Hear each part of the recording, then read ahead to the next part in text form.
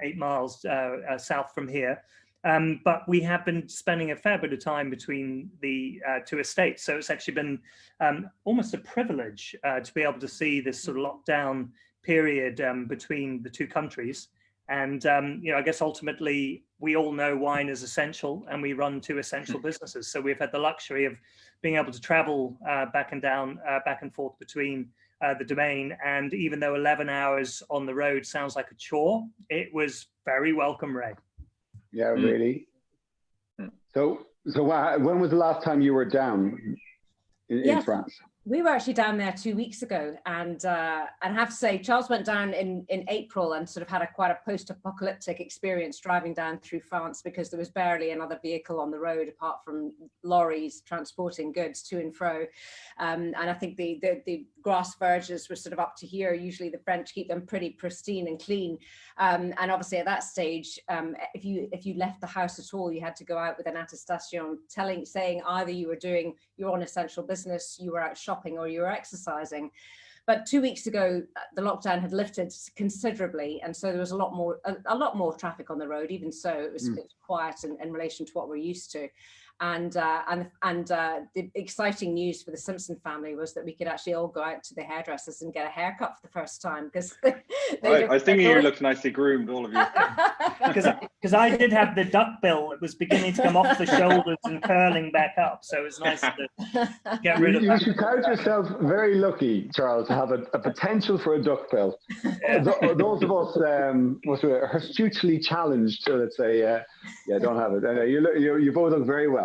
Thankfully, by the way, they do call that the solar sex panel, Ray, what you've got going up here. So it's, it does have merit, these solar sex panels that, sorry, I know we digress. I'll put it in my Tinder bio for sure. Yeah. Very good. All right, I think we can probably kick off there, I reckon. So we're almost 900 customers. That's great. And we're live on Facebook as well. So thanks Dominique for that. So welcome everyone tonight to our chat with Charles and Ruth Simpson. Really excited to spend an hour with the guys and talk all things wine and their story.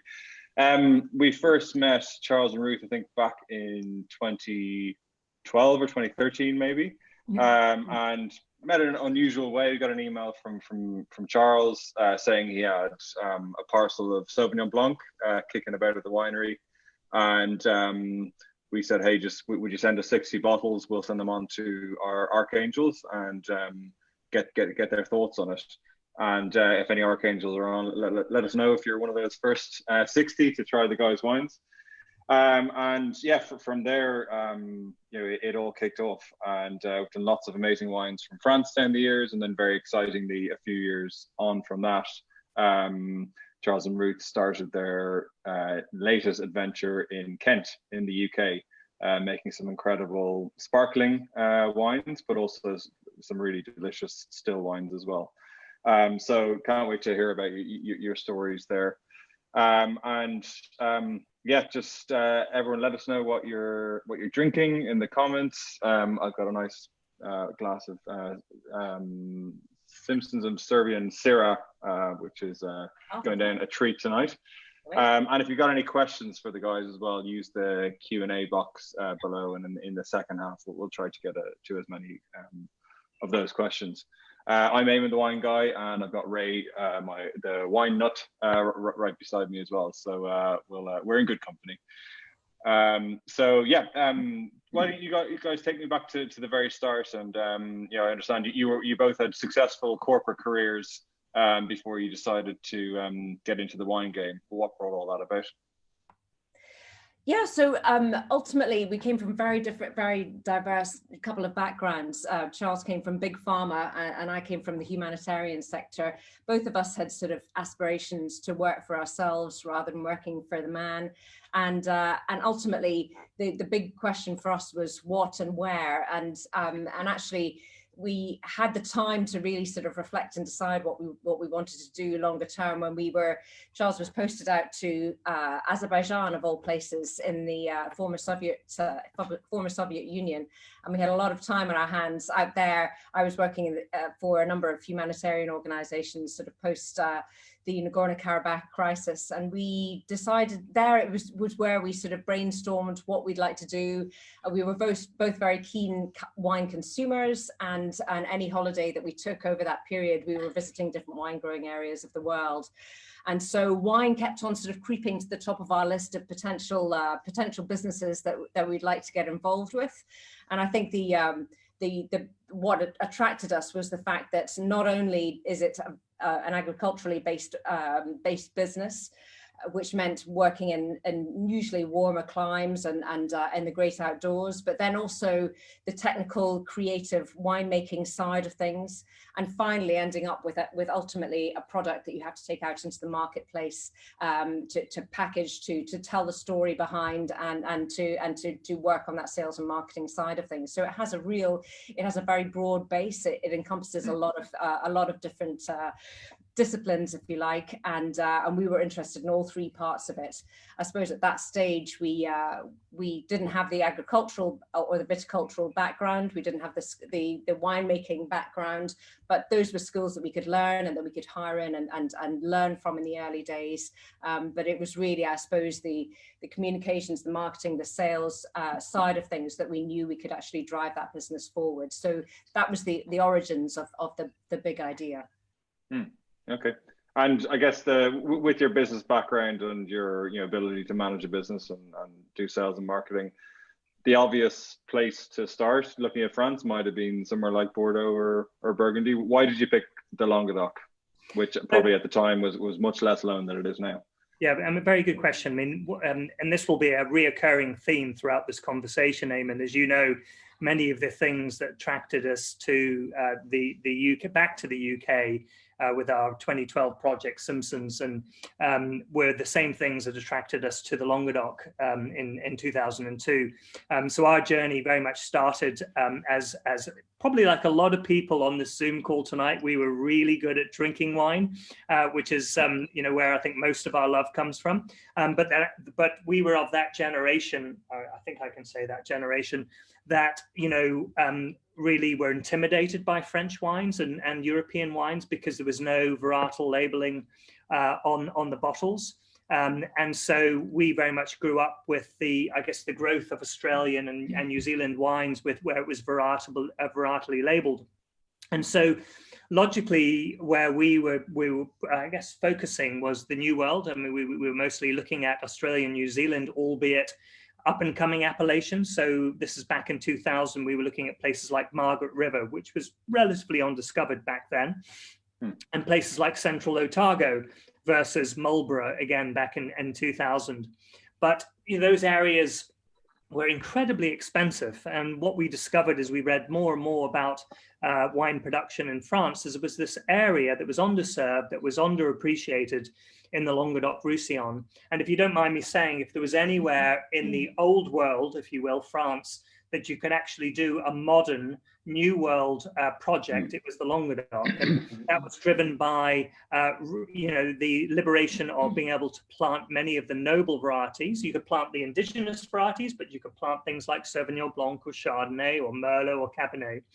And don't forget, I know we don't look at any longer, but we would have been in our late 20s, early 30s when we started Santrose, and we were cavalier, we were a bit renegade and rebellious, all sorts of things that I know that is quintessential to be, part of the Naked clan. And we really despised that there was all of these barriers in the way from wine purchasers.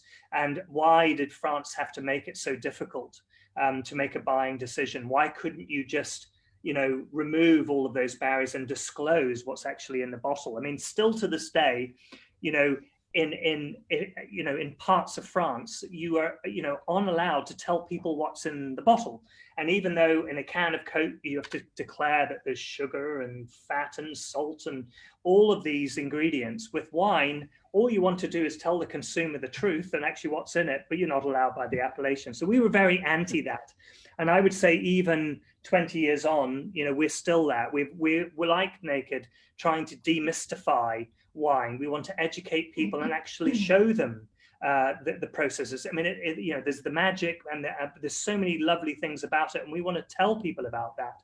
So, you know, what happened in 2002 is we could have gone down under. There was a number of projects we looked at down there, but through a strange twist of fate, we ended up spending some time in the Languedoc, falling in love with the Languedoc, and you know, starting project number one down there. And really, it was where we cut our teeth. And what we loved about it was, coming back to your question, is we couldn't afford Burgundy, we couldn't afford Bordeaux, we couldn't afford Champagne.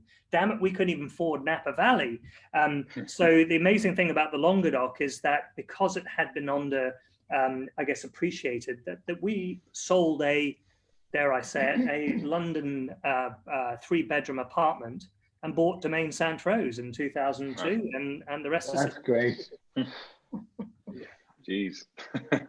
And tell us then, fast forward to 2012, I think, when you got in touch with Naked, what prompted you to do so, and what was your early experience with the angels and archangels? Answer that. So you know, we were now 10 years into this business. You know, we were selling all our wine in bottle. A lot of it was coming to the UK, although we did export to 14 different markets. But as you well know, in the English you know, retail wine market is incredibly staid and full, again, of magazines, journalists who really are the gatekeepers to success in the marketplace. And we've done okay, you know, we've done okay in this marketplace. But along came this model called Naked, and you know, we were fascinated by how it was a real game changer.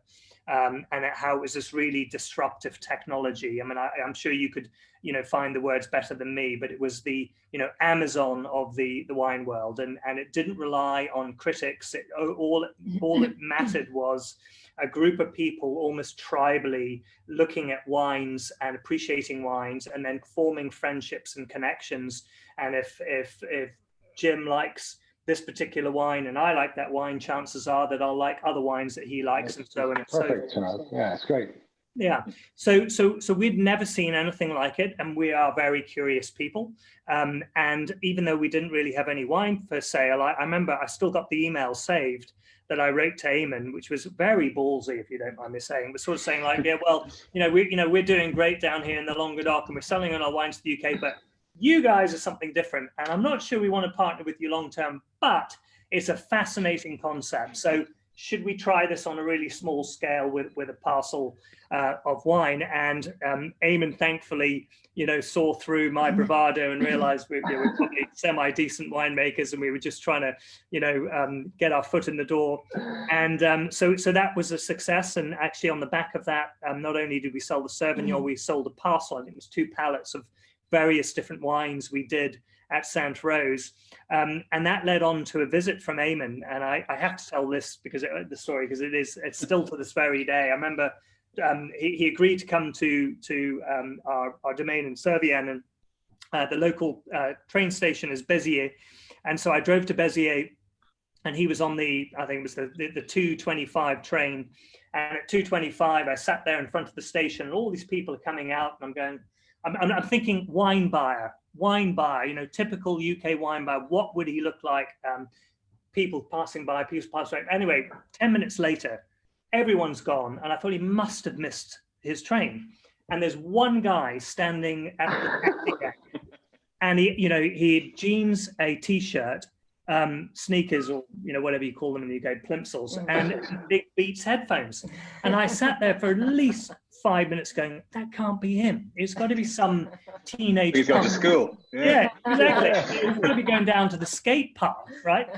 But I thought, okay, I've got to try. So I remember, getting out of the car and say, "Is it Eamon Fitzgerald?" And he's like, "Yeah, hey Charles." I'm like going, "Oh my God, right, okay, fine." And we had a wonderful afternoon, showed Eamon around the domain and tasted the wine. And I remember at the end of it, he said, "Okay, well, listen, I'll take 10,000 bottles of the Sauvignon, and I'll take 20,000 bottles of your Roussanne, and I'll take 30,000 bottles of your Syrah, I remember driving him back to the train station, coming home, and I said to Ruth, I'm convinced this is a scam. I'm convinced the guy can't be legitimate. He just ordered 60,000 bottles of wine. I'm sure there's a scam here somewhere. And here we are 8 years later as very good friends and partners, and everything that you guys said would happen has happened, and it's fantastic. We couldn't be more delighted. Yeah, that's very cool. Great tale. Very good. And then a few years on, then you're running a successful French winery. What made you think, right, next step, or here's a load more work and another adventure? Yeah, I guess, it was actually around that time, 2011, 2012, 2013, as we were beginning to really sort of, ultimately at Santrose, all the wines that we make are made from grapes that we grow on the estate. And we never had any aspirations to grow the business bigger than that. And so being able to, we were up at full production, bottling all our wines, selling through all of our wines, working with great partners like yourselves.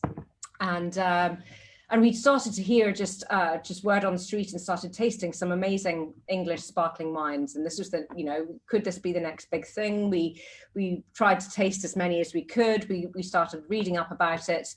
And we just thought, if ultimately at that stage, even though we weren't as young as when we first started at Santrose, we thought, we probably do have another project in us.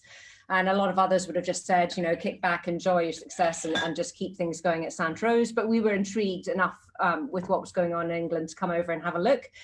And so ultimately for us, it was just putting a toe in the water, just, maybe just keep an eye out for some land that might become available. And obviously having read up a lot significantly on that stage about the value of the terroir and the similarity, not the similarity, but it's not just similar, but identical terroir that the southeast of England has to Champagne and Burgundy. We just thought, ultimately it's an interesting opportunity. Let's just see what we can see what we can find. And it was an interesting time as a family. We our eldest daughter, both our daughters were born down in France, one of them within 3 weeks of moving into Santrose. So we kind of did it all at once at that stage.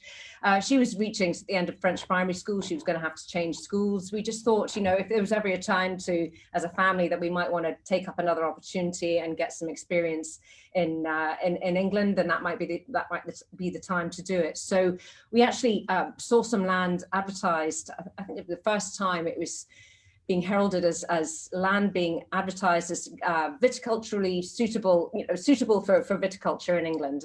It was on Decanter Online, and so we phoned up. We decided to come across. We were on a visit to the UK. We came to see it.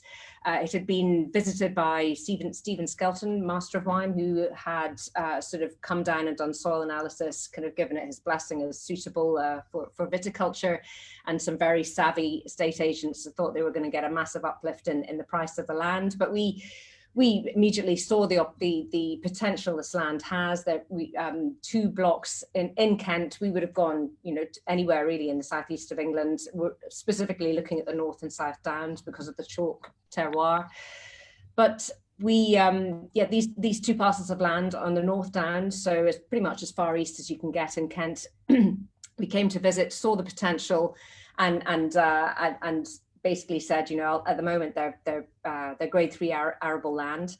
They've never been used for viticulture before, even though they are actually situated along the old Roman road, that they probably invaded England and marched from Dover up to Canterbury. So, who knows, maybe they did bring vines at that time, but they probably gave up at that stage, thinking England was a ridiculous place to try and grow grapes. But that's really where that's where we found the land, and ultimately the next step was obviously, when do we plant, what do we plant, how, when do we plant, and obviously how can we manage Santrose at a distance, how can we set up this business? So for us it was a step-by-step process. We planted the first block in 2014. And then in 2016-17, we now have 30 hectares under vine. Obviously, in the early days, we sort of thought about whether we could get the wines contract made rather than actually trying to build ourselves a winery as well. And I'm sure we'll get onto it. But, you know, obviously, again, working with amazing partners like yourselves, you know, we decided, yeah, we have to do this. We have to, you know, our story is all about provenance. We grow the grapes, we make the wine. We want to control everything from the grape to the glass. And so, you know, we were able to purchase buildings and convert them into a winery. And yeah, 7 years on, we're about to go into our 5th harvest.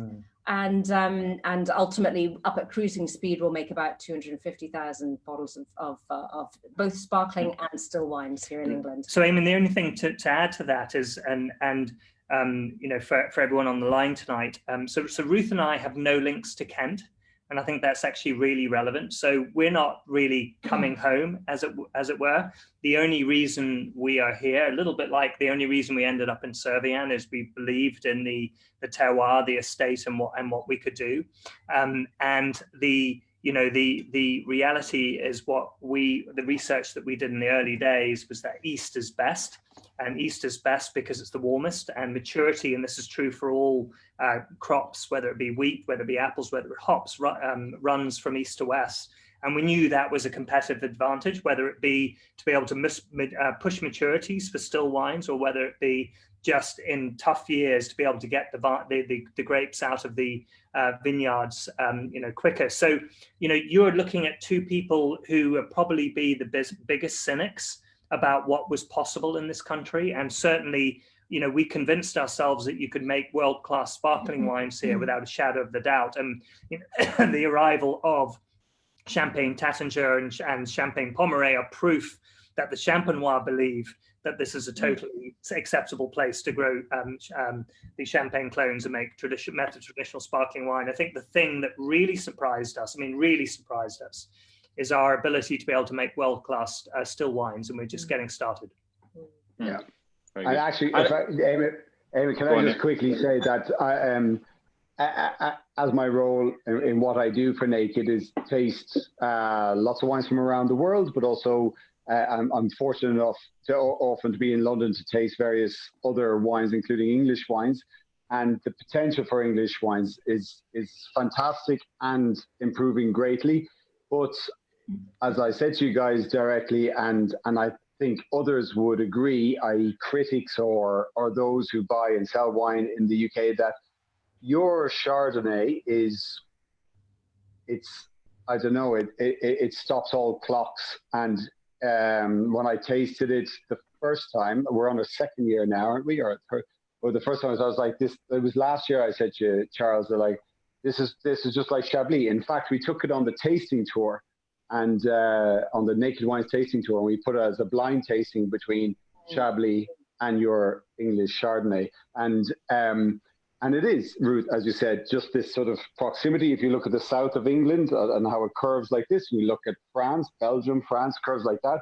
They click in together. You have this Kimmeridgian soil that runs underneath, and you touch Champagne, you touch Chablis, and you touch Champagne, and we're talking about the same thing. So it is back to the geeky science, geography, and your wines. They go before you. It's incredible. Your still wines, they're really fantastic.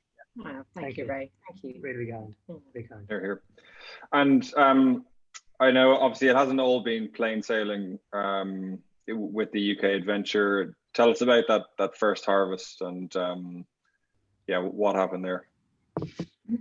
So the 2016 harvest was first harvest was actually just a small harvest by virtue of the fact that it was usually in viticultural terms you only get 25% of your full production in the first year. I mean, it was actually the second year, so in 2017 that we were hit by a tremendous frost that wiped out 70% of our crop. Now, if you were a Burgundian producer of 30, 40, 50 years or the equivalent anywhere in the world, then, having a catastrophic frost one year, you'd get by. You've got reserve wines in your winery.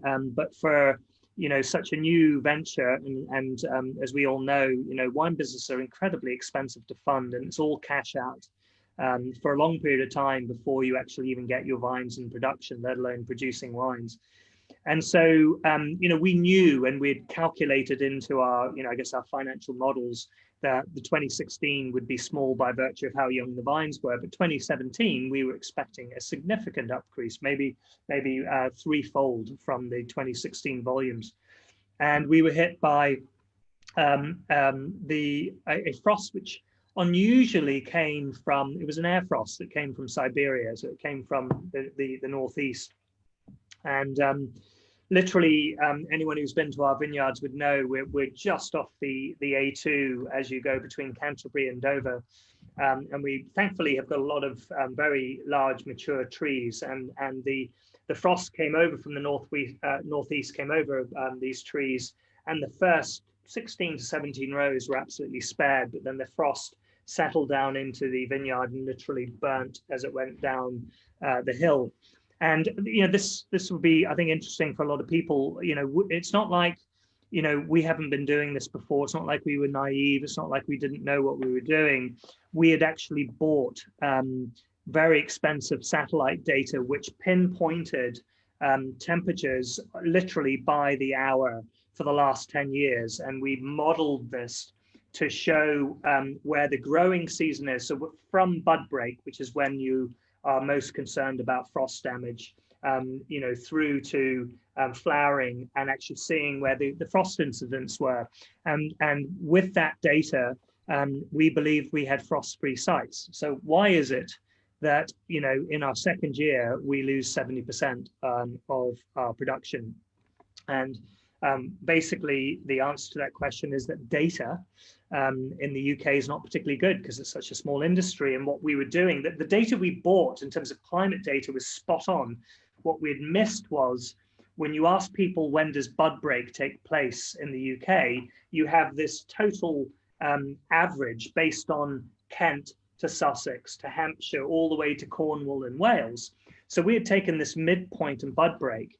And what we hadn't factored in is that because we're as far east as we are, that we actually have premature bud break. So because we're so warm and we're surrounded by the sea, our buds are breaking way earlier. And all you need is 14 degrees Celsius in the soil, the sap will rise, the buds will break, and then all it takes is a spring frost. And the reality is, and this is almost like clockwork, we have frost during the same, I say, 5 to 6 days, somewhere between the 15th of April and the end of April every single year. So to be in year 2 of your business and to lose 70% of your crop was it was a nightmare, frankly. And all the financial models you publish, that you create, upsides, downsides, you don't really account for the fact that you'll only be left with 30% of your production. It really, really throws you out. Yeah, wow. And Claire in the comments has just asked, what do you do then to fight frost? And I think lots of us have seen pictures of candles and fires in vineyards and during spring. What have you guys come up with? Yeah, so we spent a lot of time reviewing the different frost busting techniques and equipment that we could use. And the outcome of that, I mean, there's a variety of different things, as you say, the bougies, the candles out in the vineyards. There's what they call tow and blows, so big fans that you can put on the back of your tractor, and you have to drive around your vineyard for 5 hours in the middle of the night. You can use sprinkler systems, as some smaller producers in Burgundy do. And ultimately, the idea there is that you're sprinkling water onto the buds, and actually it freezes the buds, and that actually protects them from any further damage. And also that you can even actually have, if you can get power to your vineyards, you can actually heat the fruiting wire to try and actually just generally lift the temperature across the vineyard. Some of those are easier said than done. With the candles, with bougies, you have to have an army of people ready to go out in the middle of the night, maintain them over that frost incidence, and they essentially only have about a 10-hour burn. So within either a night or a couple of nights, you've probably used them up, and then you're having to replace them all. So in our vineyard alone, we'd probably spend about £30,000 each for a 10-hour burn, and then you'd have to make sure that you had a stock in place depending on the number of potential frost incidences that you have in any given year. So we actually ended up, after the 2017 incident, we bought 2 big frost fans. So essentially big, they're just like big ventilators that you would have in your house. Given obviously you need them to cover quite a large area, they fold down, but when you actually set them, they lift up. It looks a little bit like War of the Worlds in the vineyard, and essentially they oscillate. And so 2 of these fans, each of them would cover about 4 hectares. So we could cover about 8 hectares within our vineyard. And what they do essentially, they're trying to they're trying to reverse the inversion layer to actually bring the warmer air that's been trapped above the frost back down again and circulate it again and push that frost down the hill. Now, both of our vineyard sites, as you know, Eamon, we've got quite a significant slope anyway. So naturally frost rolls downhill. And what these fans, we position them particularly now to make sure that they're just encouraging that downwards drainage. This year, our younger vineyards have got slightly steeper slope, but some of them they actually come right down into lower down into the valley, and so those lower segments have been vulnerable. So we bought 2 more fans at the beginning of this year, and they've been working hard this year. And unfortunately, we went out yesterday and went round the vineyards again. It's been a particularly tough year again this year for frost, I have to say. And although these fans have been working this year, we had 6 different evenings, 6 different nights with frost temperatures, and that repeated incidence has meant that we are going to suffer some significant losses again this year as a result of that, as many vineyards have across the south of England again. So it's an ongoing challenge. It was a challenge I suppose we knew and we understood. It's one of those big risks of viticulture in England. And although, as Charles said, we thought being as far east as possible, and given we have sort of sea basically on 3 sides, we're about 6 miles down to Dover, 8 miles west to Sandwich, and about 10 miles north to Whitstable. The sea has a sort of moderating influence on the temperature, but even so, we are never going to be exempt from that risk. And so we may have to look again next year at how we can protect ourselves better. And just adding one more thing, because I think, the elephant in the room sometimes, and I think, so I know Ray and Eamon, you'd probably agree with this, one of the biggest criticisms leveled at English wine has been its price point. I'm sure many people on the line know that, wine business is a fixed cost business, right? So you've got a certain hectarage, and when your inputs are identical every year, nothing changes. Your inputs per hectare are identical, your staff costs are identical, etc. So it's very much a fixed cost business. And so what happens is, at the end of it all, any accountants on the line, you have a total cost of your production, and you divide it by how many liters you get in the winery. And I don't need to tell anyone here, when you're growing grapes as we do in the Languedoc, and you don't have any issues with frost because of how warm it is, pretty much reliably, you would get somewhere between 50 and 70 hectoliters per hectare every year. And it's uniform for 17 years, bar a few disease episodes, that's what you get. So that's the number you divide by to come up with a liter cost. But the problem with cool climates, and this is not true just for England, it's true for places like Burgundy and Alsace and other areas, is that you have to plan for catastrophic weather events, even though the globe is warming for the worse. But it doesn't mean, in fact, the negative side of that is you're getting early bud break and therefore more exposure to frost. And so if you take the same formula in the UK, you've got those fixed costs, but guess what? You've just lost 70% of your volume. So your cost per litre has gone through the roof disproportionately. And that is why, the cooler climates of the world are incredibly challenging. And sometimes the wines would be, you'd have to pay more for, because you have to factor in that massive risk that the producers are incurring. Yeah. Okay. Well, I'm looking forward to hearing about the next harvest, which I know went a lot better. But before we do, why don't we pass over to Ray to see what you've been doing on our behalf for the past week. Yeah, sure thing. I'll show you some of the wines I've been tasting. So just as a reminder, just click on some lights. Boom. My role with Naked is I'm the wine director. I taste wines from likes of Charles and Ruth and winemakers around the world, just to sign off before they go into bottle to ensure that they are, well, the quality is generally a given, but it's just to make sure that we are aligned in style in what works and what doesn't. So they send, and then in addition, at the same time, Eamon has been working on this COVID support fund, and so lots of new winemakers have been sending samples up to us to look at. So the samples come here to my home, which sounds like a privilege. Well, it is a privilege. To work in wine is a privilege. But so some wines that I've been tasting in the past 2 days are, this is Villebois. So Just Villebois sent up, he produced a Chardonnay from the Loire. And I don't know if Joe Parker is watching, he's a big fan.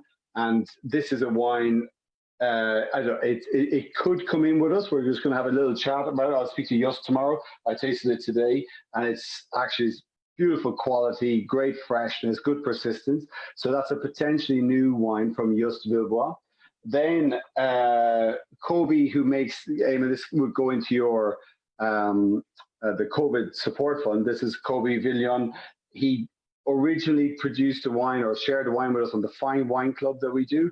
This is a Chardonnay from him, and it's, well, it's crackerjack. It's South African Chardonnay 2018, and yeah, it's just, I don't know. We've tasted a good few Chardonnays actually from the COVID support fund. This is beautiful. And then this is really back to where one of the wines we started. This is Luis Vieira's Monteria. It's the new vintage of the Monteria. And what I do is I open the bottle, I sniff it, I taste it, and I spit it out. So I don't drink the wine. I just taste it. And I write a tasting note. And the note I wrote this evening was just, this is just perfect. And in fact, it's probably a build-up of all the sort of lockdown and everything we're going through. And this was just the happiest wine I've tasted in a long time. So this is Luis Vieira's Monteria 2019. So this will be with us. Now it's first week of June. This will be with us the second week of July at late. It'll be with us the first week of July. And it is really absolutely delicious. So another knockout from Luis. And then a little bit left field, or not left field, but this is the Sauterne Ile de Sauvignon that we've been selling from Jonathan Malthus. And typically we introduce and sell this wine around Christmas, but it's in the plan and it should be with us first week of July. But that is such an incredible Sauterne. So that's a sweet wine from Bordeaux. And there are many mimics, but once you get it right, that quality, that balance, and it's not overly sweet. For sure it's sweet, but the concentration, and it's like orange rind and a little bit of ginger, and they are very, very special wines to have. And you know, outside of everything we taste, is just to take stock of those sweet wines that we don't often get to taste. So those will be here soon. And Eamon, back to you. Anything to add on the COVID support fund that you've been working on? We have, so I think as I speak, there's about 300 cases left of our first marketplace deal, supporting Nuria and Rafa in Terra Alta. Those wines are amazing. So if anyone hasn't had their bid in yet, and you like an amazing variety of Spanish reds, whites, and rosés with a lot of authenticity and character, these wines will be right up your street. nakedwines.com/marketplace. And then we're currently planning out just a schedule of upcoming winemakers and kind of countries or themes that have kind of naturally come up. And one of those themes is South Africa. Unsurprising, as you heard from Danny and Carmen the last couple of weeks, the country's been in complete shutdown over the pandemic, and they can't even sell any wine or alcohol domestically. They haven't been able to send samples to us on the plane or ship their wine out of the country for a few weeks as well. So a lot of winemakers feeling the pain down there. And the other big country that we've tasted so much amazing stuff from is Spain. So there's lots of more good stuff coming from there. If you think about it, it makes sense. The Spanish stay up till all hours in bars and restaurants from €1 to €90, eating and drinking late into the night. So when bars and restaurants close in Spain, just everything stops, and they don't have the government support like we've had in the UK and in Ireland where I am. So again, you've got a lot of people in a lot of trouble, and particularly northern Spain, which is my favorite part of Spain. It's the highest concentration of Michelin-starred restaurants in the world. So the most amazing food in the world needs the most amazing wines, and a lot of those wineries have come knocking on our doors looking for help. So very excited to share all that with you guys. Anyway, enough of Spain. Let's go back to Kent. And guys, can you tell us then about the follow-on harvest that couldn't have been any different certainly when I was talking to you, Charles, and you were looking for any ran out of tank space, any container, buckets, vats, and anything you get your hands on to carry the grapes that you were picking. To tell us how that went. Yes, so famine to feast, right? Or if you're a religious, the good Lord taketh the way, or whatever. That's true Northern Irish accent there. And so the reality was that 2016, as I mentioned, was very low by virtue of the fact of being a first harvest. 2017, we were frosted.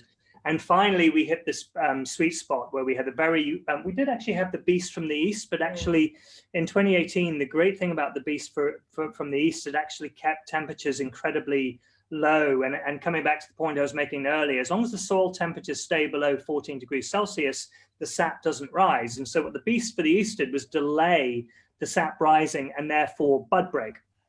And then what followed was a period of great stability through to flowering. You probably all remember how wonderful the spring was and the summer was in 28. So perfect conditions.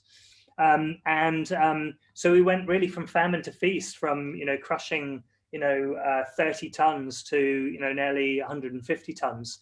Now that was by virtue of the fact that we had an additional 10 hectares coming on stream for anyone at home, because I did read some of the questions there. So 1 hectare equals 2.47 acres. So 10 hectares, roughly speaking, we would call it 25 acres. So this stage of the game, we're now up to 50 acres, and we had an absolute bumper harvest. And actually our problem, as you rightly remember, Eamon, was it was bigger than we expected, because we had these 2 small harvests, and as we began to predict how much fruit would be coming in, we go out and we randomly sample, go down the rows, and we'll take bunches and we'll weigh them, and then we predict, if we extrapolate that across the surface area, how much tonnage we'll bring in. And these numbers every week were getting better and better and better, and it got to the point where we actually can't process it. And so we actually, again, the great thing about being in this business for 20 years, we were able to leverage some of our relationships that we had in France and the Languedoc. So we were able to not buy, but borrow a press from our good friends at Vaz Lambouche, the big press manufacturer. So they lent us one. There was, unfortunately, because the UK industry is very fledgling and up and coming, the reality is that none of the manufacturers, well, there are no UK manufacturers of stainless steel tanks.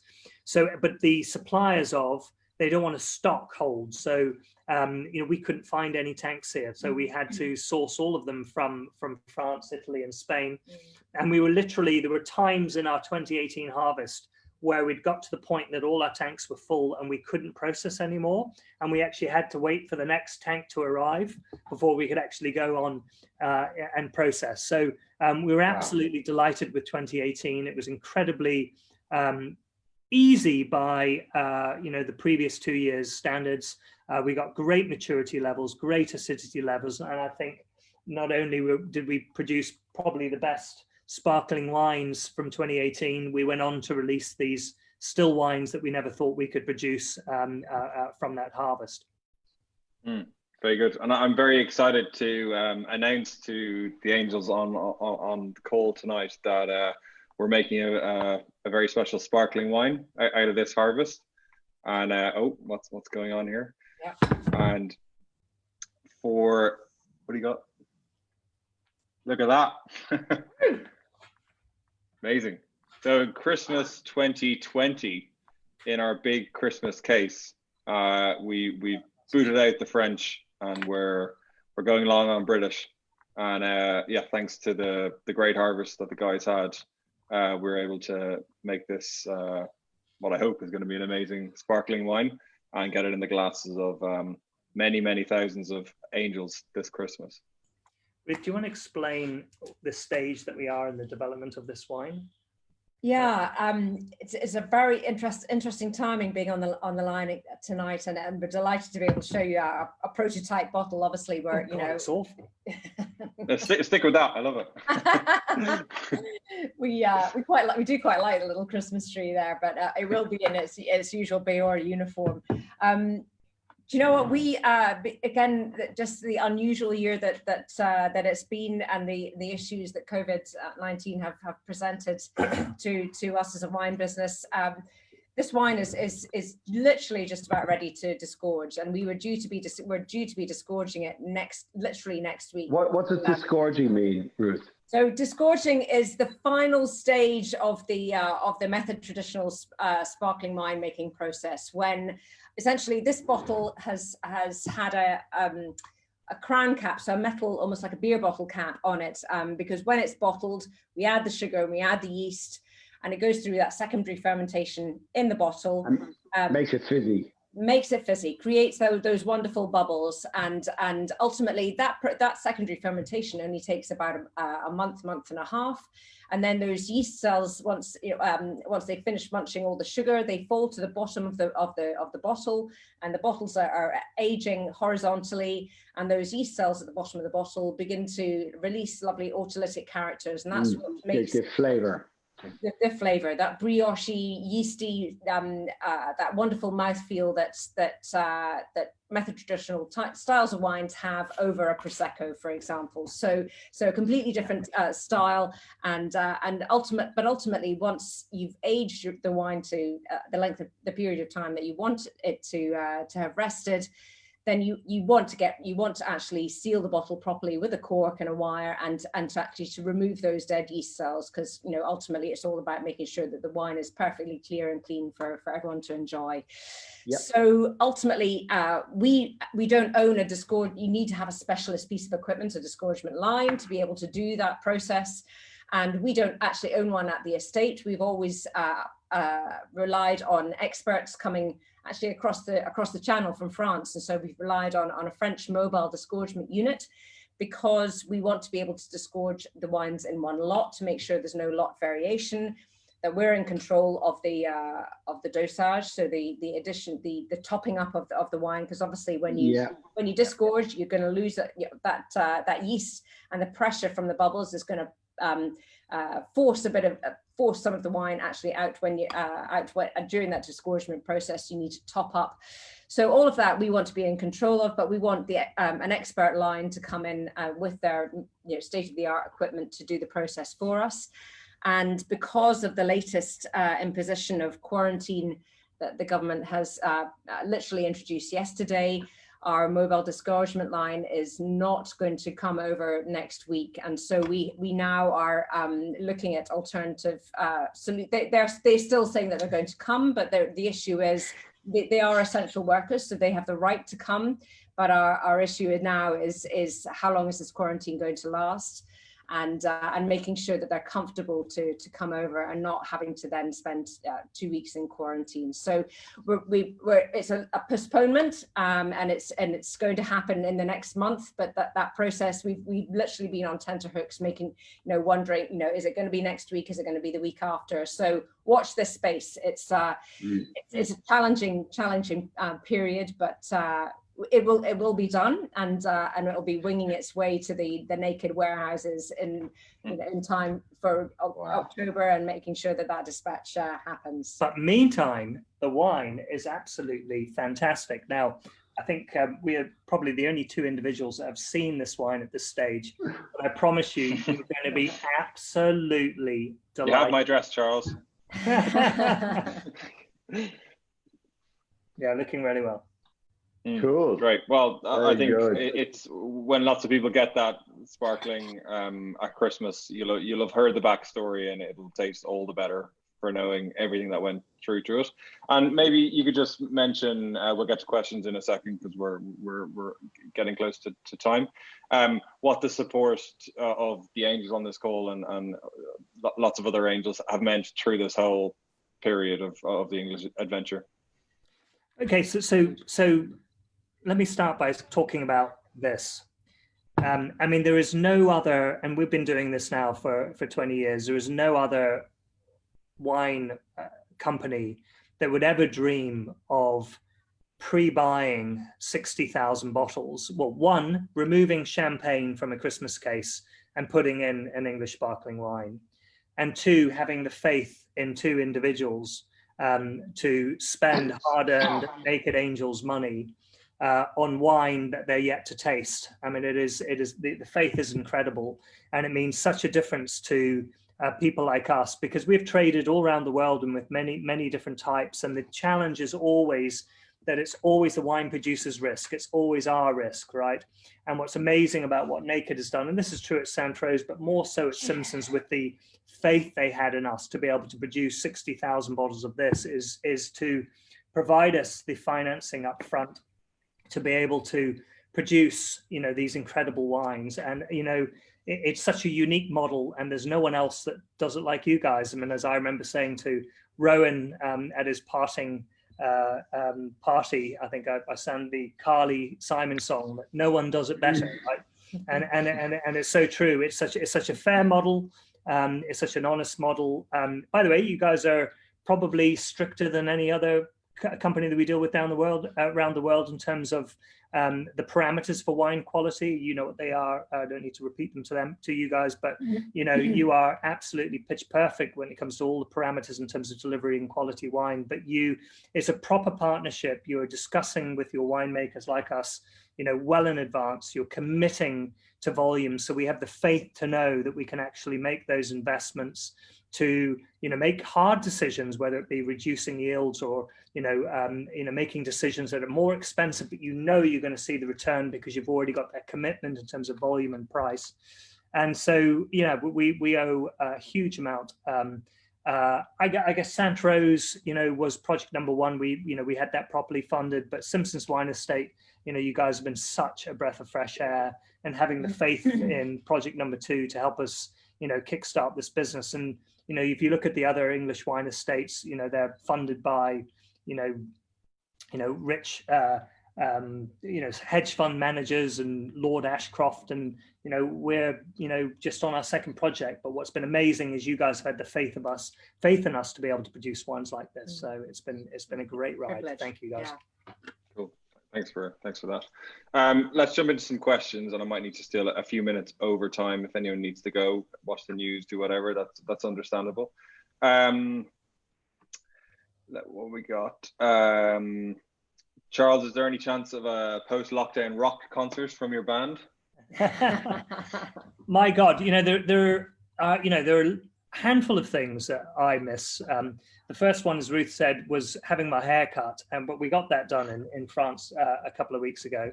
I really look forward to getting out and having a pint of beer with some good mates in a pub, and also going out with good friends to some of our favorite restaurants around here. I mean, those are the things that we really miss. By the way, I'm sure, like everyone here, there's been some incredible things of lockdown, and that is the amount of times we've got to spend with our children who are 16 and 18, and they're, eventually, flying the roost. And we've really enjoyed our time with the kids, and playing games, and the crack and the banter. I mean, the evenings have been so much fun. So we'll remember this period for so many of the positives, but there are definitely things I miss. And the other thing I miss is playing live music. I mean, I find it's a real tonic for the head, and haven't seen the bandmates for a while, let alone the thought of being able to play to an audience. I'm not sure that the audience misses us so much, but the band misses the audience, you know what I mean? Very good. by your own, from Andy Fletcher, you are by your own description renegades when it comes to the French way of doing things. How are you viewed by your French neighbours and contemporaries? Barking mad, yeah. Especially when we said we were going to up sticks and come back to England and plant vines over here. You can imagine they just thought we'd completely gone fruit the loop. I mean, and even, you know, when we down at Sanfrose, we always did things a little bit differently. And, you know, one little example, we just wanted to know the numbers of our vines, and so we ordered a huge lot of cattle tags, ear tags, and so we have all our rows of vines numbered with cattle tags. And at that stage, you know, again, the neighbors were like, you know, these Brits, they're an odd bunch.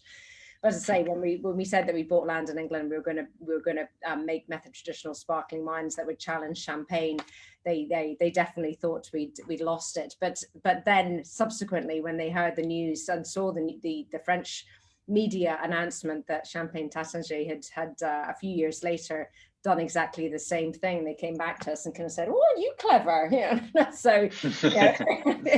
You know, what goes around comes around.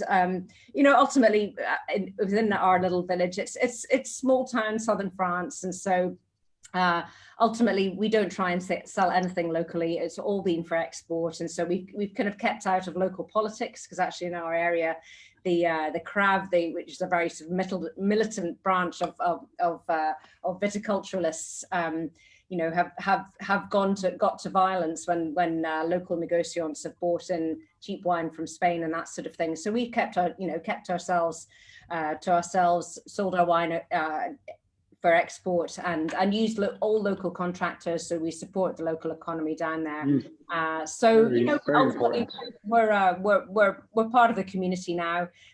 They respect what we're doing. We've helped put a little Servien on the map, and yeah, they now think that we've done a marvelous job in England as well. We've enjoyed pouring our English wines for some of our French friends and neighbours during the time when we're down there, and they've been blown away. Very good. Speaking of barking mad, Paula Suckley asked, "I love your sparkling red. When can we order for your next production?" So tell us quickly how that came about and when we're going to see that again. Yeah, so I mean, by the way, there's another, you know, we may be bonkers, but Naked's even more bonkers. I mean, the sheer fact that, you know, we're making it, but they're you know, you guys are agreed to actually buy it. And I remember Ray coming to us and said, "Is there any way you could make a sparkling Shiraz?" And we're like, "Well, you know, we've got a contract, you know, Aussie winemaker, you know, he's made it before, you know, we've got the appetite to do it, you know, let's give it a go."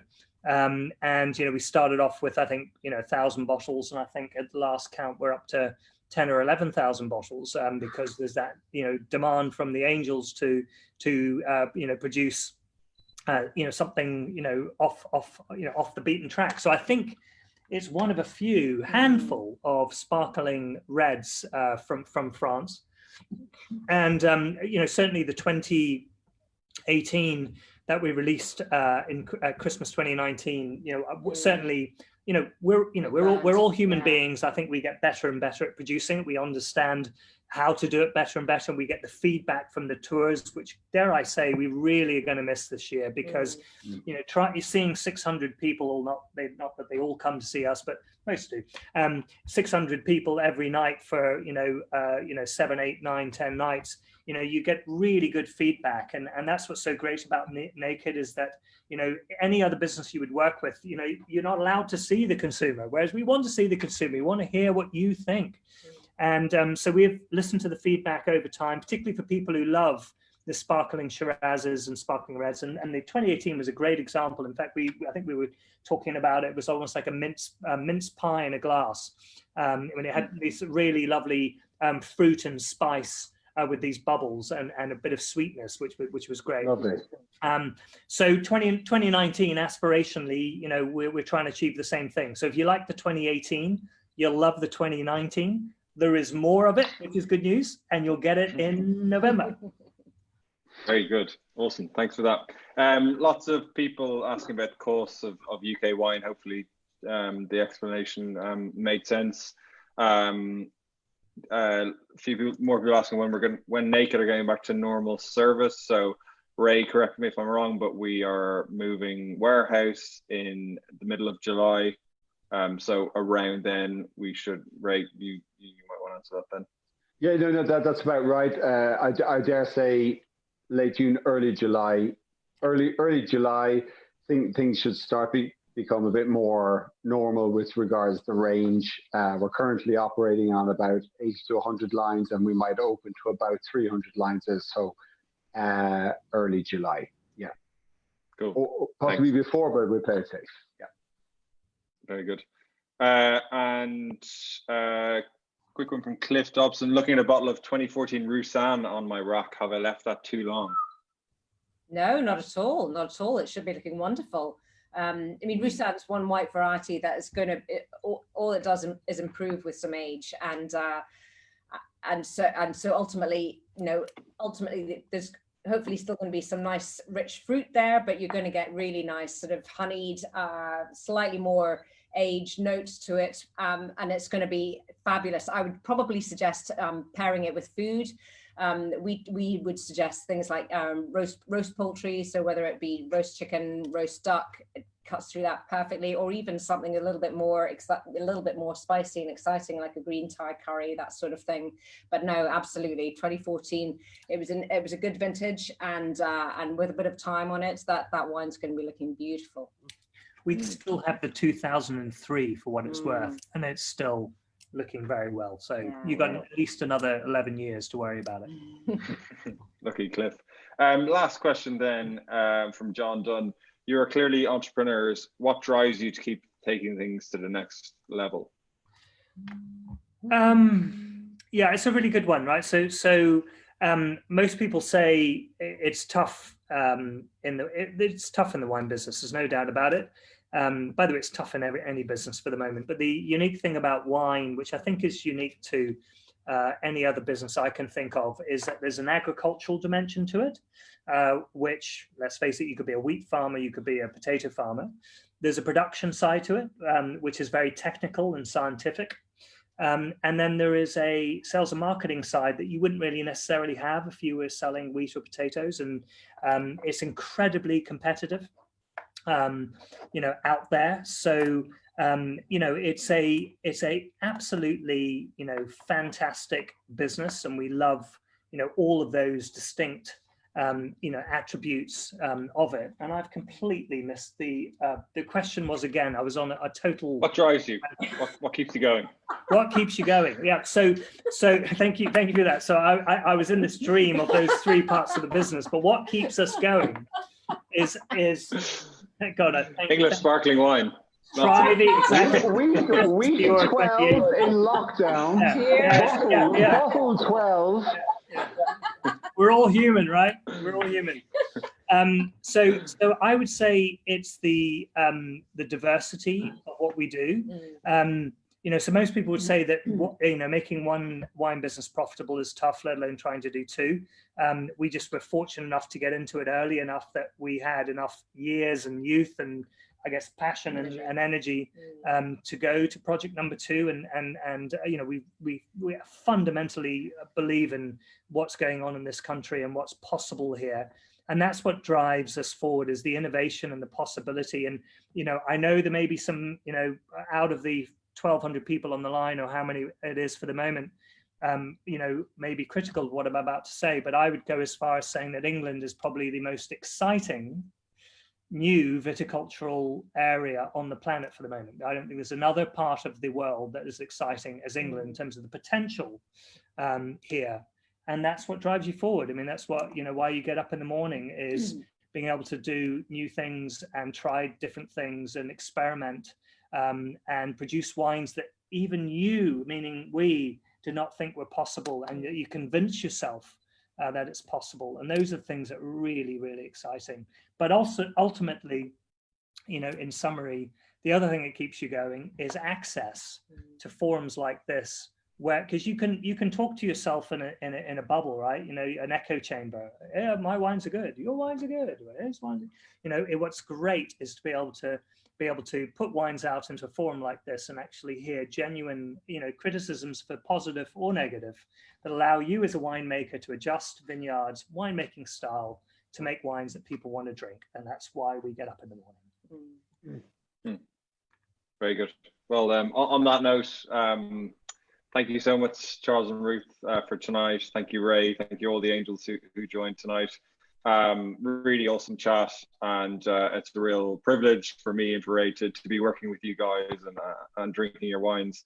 And it just feels like a great big adventure. You know, we're a small to medium-sized business now. You guys are on a similar path, growing and trying new things and risking and like just trying lots of stuff. And I've got some faithful customers with us for the ride, and that part is hugely exciting. And then getting to drink amazing wines and have great conversations like this on the way is a hugely satisfying part of the job. So thank you for everything you do. Keep it up, and roll on Christmas and the 2018 Biora. Can't wait for it. Cheers. Thanks, guys. It's been brilliant. Thanks, guys. Cheers. See you guys. Great to see you.